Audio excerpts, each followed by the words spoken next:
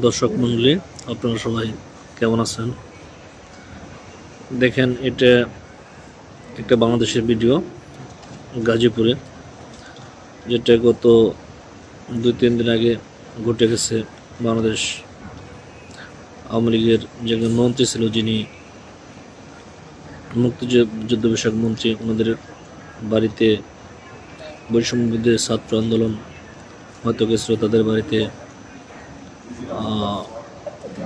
তাদের বাড়িঘর ভেঙে দেওয়ার জন্য, বা উনি যে একটা দুর্নীতিবাজ ছিলেন, এটা হয়তো প্রতিবাদের স্বরূপ তারা সেখানে গেছিলেন।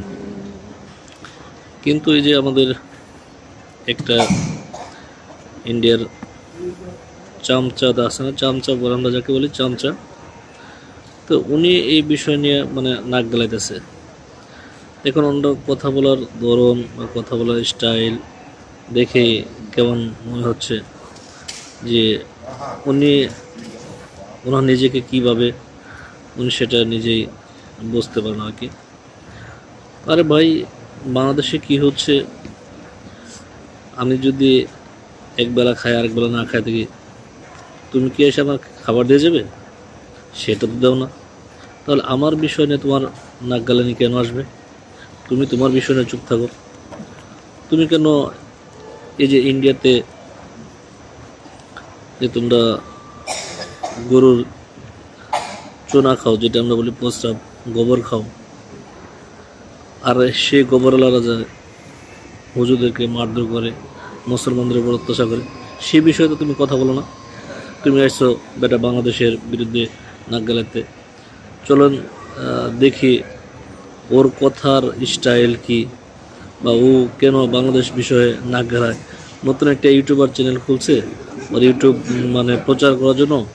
ও দেখেন বাংলাদেশের বিরুদ্ধে উঠে পড়ে লাগছে। ওর কথা বলার ধরন একটু দেখে আসি, এবং কি বাংলাদেশের যারা বৈষম্য বিরোধী ছাত্র আছে তাদেরকে তুমি আমি করে বলতেছেন।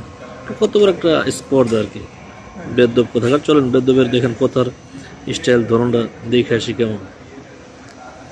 বলা হচ্ছিল না, তার মধ্যে অলরেডি হয়ে গেছে বেশ গণধোলাই, যা হয় আর কি। ডাকাত পড়েছে, বাড়িঘর লুটপাট করতে এসছে, হামলা করতে এসছে, জানতে পারলে এলাকার মানুষ এসে ঘিরে ধরে, যা হয় আর হয়েছে। আওয়ামী লীগ নেতা, তার এখন তো আওয়ামী লীগ যারা করেন তাদের উপরে তো এসব হচ্ছে। লুটপাট করতে আসা ডাকাত, আবার কি লুটপাট করতে এসছে, ডাকাত এসছে। এলাকার লোকেরা তারা শুনেছেন, এসছেন, তাদের অনেকের কাছের লোকও হতে পারেন। মোজাম্মেল হক ধরেছেন, ধরে আচ্ছা করে দিয়ে দিয়েছেন, দিয়ে তাদেরকে আবার কি সেনাবাহিনী নাকি পুলিশ এসে আবার উদ্ধার করে হাসপাতালে ভর্তি করেছে। দেখেন কথা বলার সাইজ, সেনাবাহিনী, এলাকার মানুষ, কত বড় বেদ্যব। কিন্তু তারপরে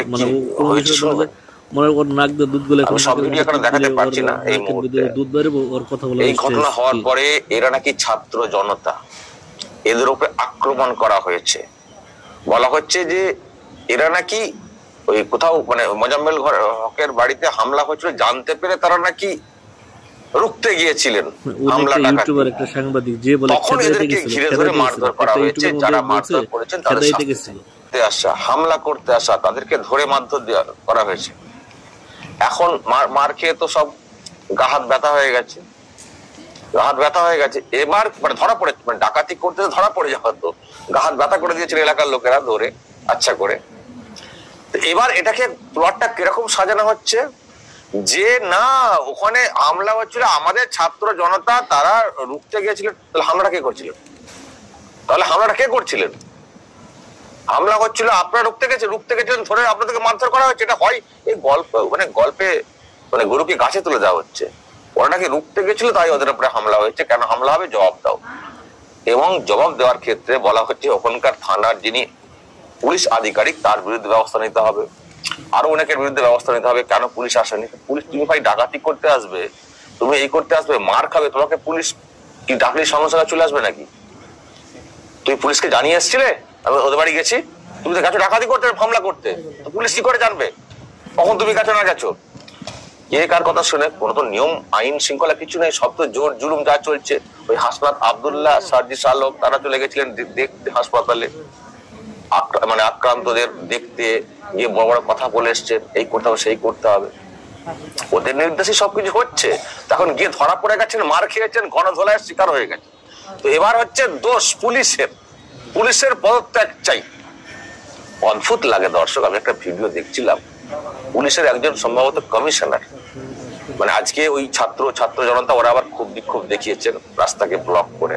তো সেখানে পুলিশের অফিসার সম্ভবত কমিশনার, উনি গিয়ে কি ধরনের বক্তব্য দিয়েছেন, মানে ওনাদেরকে সন্তুষ্ট করার জন্য শুনবেন কি অবস্থা ওখানে যারা ডাকাতি করে।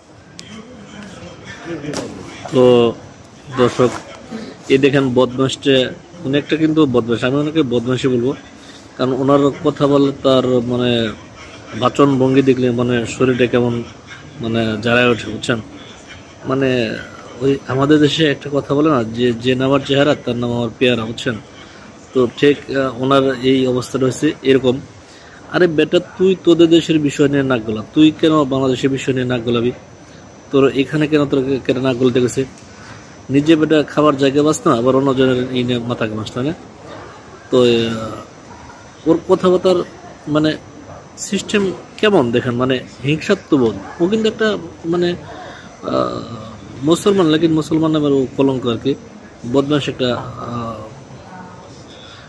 বাটপার টাইপের লোক আর কি। ইউটিউবার, মানে নতুন ইউটিউব খুলছে, তো ওর চ্যানেলে ভিউ বাড়ানোর জন্য ও সবসময় এই বাংলাদেশের বিরুদ্ধে কথা বলে থাকে, ঠিক আছে।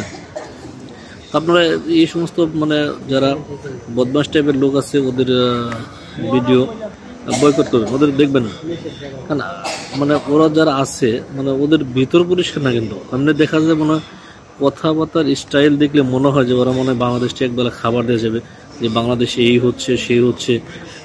তো বাংলাদেশে এই হচ্ছে, তোদের দেশের বিষয়ে কত ঘটনা ঘটে যাচ্ছে বেটা, তোর কি সেটাই হিম্মত আছে যে তুই ওদের বিষয়ে তোদের দেশের বিষয়ে তো অন্য একটা নাক গলাতে পারবি? তোরা তো মানে যে গরুর মতো পিছিয়ে তোরে মায়েরা করো, তোদের বিষয়ে যদি তুই কোনো নাক গলাতে পারিস, তুই যদি বাপের পেটে হয়ে থাকিস, তাহলে তোদের বিষয় দেশে যে অন্যায়গুলো হয়ে থাকে তুই অন্যায়ের বিরুদ্ধে কথা বলে দেখতে, দেখি তোদের দেশের বিরুদ্ধে অন্যায় কথা বলতে পারিস কিনা, তা বলতে পারবি না, ঠিক আছে। তো তুই বেটা এই বাংলাদেশের বিষয়ে নাক গলাতে আসিস না। আর দেখেন ওর কত বড় স্পর্ধা, সবাই তুমি আমি করে কথা বলতেছে, তুমি আমি করে কথা বলছে। মানে ওই যে কেরা যে বলছে যে মানিকে মানিক চিনে, রতনের রতন, আর শুয়োরে চিনে হয়েছে কচু। এটা হচ্ছে একটা শুয়োর, যে উনি মানে কচু, কারণ মানুষটা তো ও সম্মান দিতে জানে না। তো ওরে আবার কারাতালি সম্মান দিব, যেহেতু ও সম্মান দিতে জানে না, ও তো ওরেও সম্মান দেওয়ার দরকার নেই। আর ওর কথা বলার বচন ভঙ্গি স্টাইল আমার কাছে একদম বাজে মনে হয়। তো আপনারা আরেকটু দেখেন ওর কথা বলার স্টাইল, কথা বলার ধরনটা ওর আরেকটু দেখেন, যে দেখেন কোন স্টাইলে কথা বলে, কোন অ্যাঙ্গেল থেকে কথা বলে, ঠিক আছে। মানে মানে ও ভিতর থেকে এমন একটা ভাবে কথা বলে যে কি বলবো। তখন দেখেন দর্শক শ্রোতা, আপনারা সবাই দেখেন যে ওর কথা বলার স্টাইল কেমন, কথা বলার ধরন কেমন। ক্ষোভ বিক্ষোভ শুরু হচ্ছে, মানে ক্ষোভ বিক্ষোভ বলতে কি, এই তো আপনি তো আইনের শাসন কায়েম করছেন না, যারা ডাকাতি করতে গেল তাদের হয়ে কথা, তাদেরকে সন্তুষ্ট করার জন্য কথা বলছেন, পুলিশকে অ্যাকশন নিচ্ছেন, ডাকাতদের বিরুদ্ধে অ্যাকশন না। এই আগুনে আপনাকেও একদিন পুড়তে হবে, একদিন এই আগুনে আপনাকেও পুড়তে হবে। কি নাজমুল করিম খান না কিনার নাম, মানে বুঝতে পারছেন কি চলছে বাংলাদেশে, কি চলছে। এটা কোনো নিয়ম? মার খেয়ে গেছেন ডাকাতি করতে গিয়ে, ব্যাস সামলাতে পারেননি, গণধোলাইয়ের শিকার, এখন আবার পুলিশের বিরুদ্ধে রব, কেন পুলিশ সাড়া দেয়নি তাড়াতাড়ি। উনিও বলছেন, অফিসার উনিও বলছেন যে পুলিশ 2 ঘন্টা পর সাড়া দিয়েছে, এটা ঠিক হয়নি, ওনাকে সাসপেন্ড করব। একটা অরাজকতা পরিস্থিতি তৈরি হয়েছে, যা ইচ্ছা চলছে। আর হাসনাত আব্দুল্লাহ, সার্জিস আলম, এই কয়েকটা ছেলে সমন্বয়ক বা উপদেষ্টা, এদের পাল্লাই পুরো এটা চলছে, পুরো গোল্লাই যাওয়া, পুরো গোল্লাই যাওয়া। আইনের শাসন বলে কিছু নাই। এই যে আজকে অনেকের ভাগ্যে খারাপই আছে, সেটা বুঝতে পারছি। রাতে কি চিরুনি তল্লাশি করবে নাকি অভিযান চালাবে ধরপাকড় করার জন্য। গাজীপুর এলাকার আজকের অনেক মানুষের অনেক ক্ষতি হবে, ধরপাকড় করবে। এটা কি এবার কি করবে? আওয়ামী লীগ করে এরকম লোকজন ধরে ধরপাকড় করা শুরু হয়ে যাবে। যারা নেতা তাদেরকে ধরে নেওয়া হবে, যারা আওয়ামী লীগ করেন, লিড দেন, সব ধরপাকড় হবে। মানে এগুলো এরকম ঘটনা ঘটছে, বেসামাল হয়ে যাচ্ছে। তারপর সরকারের যে শাসন যন্ত্র সেটাকে কাজে লাগে। দেখেন দর্শক, এই চামচিকের কথা বলার স্টাইলটা দেখেন, ঠিক আছে? আমি ওরে চামচিকাই বলবো আর কি, কারণ ওর যদি হিম্মত থাকে, ও যদি বাপের বেটা হয়, ওদের দেশে যে অন্যায়গুলো করে, মানে ওদের দেশের সরকার যে অন্যায়গুলো করে, এই অন্যায়ের বিরুদ্ধে কথা বলার মতো হিম্মত আছে। ও যদি বাপের বেটা হয়ে থাকে, তাহলে ওদের দেশের সরকারের বিরুদ্ধে একটা প্রতিবাদ করে দেখুক। ওরে সাথে সাথে জিন দিয়ে পইতে ফেলাবো ওদের দেশের সরকার, ওরে কোন জায়গায় নেবো ও এটা জানে না। ও এই জন্য কি করে, ও বাংলাদেশের বিরুদ্ধে মানে যে বাংলাদেশে কি ঘটছে না ঘটছে মানে এগুলো নিয়ে ও নিউজ করে। এটা হচ্ছে মানে যে ওর একটা মানে দ্বিচারিত্রের স্বভাব, যাতে এটা করে মানে যে ও এই ইউটিউবার করে মানে কিছু টাকা কামানোর জন্য ও মানে এই বাংলাদেশের পিছনে লাগছে, আমাদের ইউনিট সরকারের পিছনে লাগছে, বৈষম্য বিরুদ্ধে, ছাত্র আন্দোলনের বিরুদ্ধে কথা বলে। ওর কত বড় স্পর্ধা বেটা। বাট তোদের দেশে কত অন্যায় হইতেছে, তোদের দেশে কত লোক দিনের পর প্রতিদিনই মারা যাইতেছে, মানে মাইরে গরু জবাই করার জন্য তোদের দেশে লোক মারতেছে, গরুর মাংস খাওয়ার জন্য নিমক হারাম তোদের দেশে লোক মারতেছে। তুই এই বিষয়ে কোনো কথা বলতে পারিস না। তুই যদি বাপের বেটা সেই বিষয়ের বিরুদ্ধে কথা বল, তা বলতে পারিস না। অথচ তুই বাংলাদেশের বিরুদ্ধে নিয়ে তুই নাচতেছিস। বাংলাদেশ গোল্লা যাক, এখানে তোর দেখার বিষয় কি? তুই কি মানে তোর কি কোনো সমস্যা আছে? এটা আমাদের দেশ, আমরা কিভাবে ভালো করবো কিভাবে খারাপ করবো এটা হচ্ছে আমাদের বিষয়। তোর কাছে শিখতে হবো বেটা, তোর কাছে শিখতে হবো। তুই কি বেটা যে তুই এই বিষয়ে জ্ঞান দিতে আইতেছিস? তুই কেন এই বিষয়ে জ্ঞান দিবি? তোর এই বিষয়ে জ্ঞান দেওয়ার কোনো অধিকার আছে? তুই কেন জ্ঞান দিবি? তোর কাছে আমাদেরকে জ্ঞান নিতে হবো? চামচা কথাকার, ও চামচা বাংলাদেশের নিউজ দেয়, ও ভিডিও করে এখানে ও টাকা কামাইতেছে আর কি। তো দর্শক দেখেন, ওরে যেখানে পাবেন ওরা জুতা পেটে করবেন, মানে ওর ইউটিউবের দেখেন কথা বলার স্টাইল কি, আপনারা সবাই কমেন্টের মধ্যে জানায় যাবেন নাকি। মানে ওদের ভিতরে মানে অনেক হিংসা কাজ করে, ঠিক আছে? ওদের ভিতরে অনেক হিংসা কাজ করে। ওরা সবসময় বাংলাদেশের মানে ভালো কখনোই চায় না, সবসময় বাংলাদেশের খারাপ চায়। মানে ওদের কথা বলার স্টাইল দেখলে বুঝতে পারেন যে ওরা কোন কোয়ালিটির সাংবাদিক। ওরা সত্য নিউজ কখনো প্রচার করে না, আর ওরা প্রচার করবে না, কারণ ওদের জন্মের ঠিক নাই, ঠিক আছে? যাদের জন্মের ঠিক নাই এরা কোনোদিন সত্য কিছু প্রকাশ করে না, ঠিক আছে? সত্য প্রকাশ করতে হলে হিম্মত লাগে এবং কি ইমানি শক্তি লাগে, কিন্তু যে শক্তিটা ওদের ভিতরে নেই আর কি, ঠিক আছে?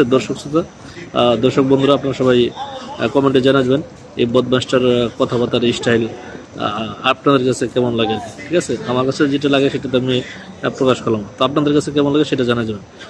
ধন্যবাদ।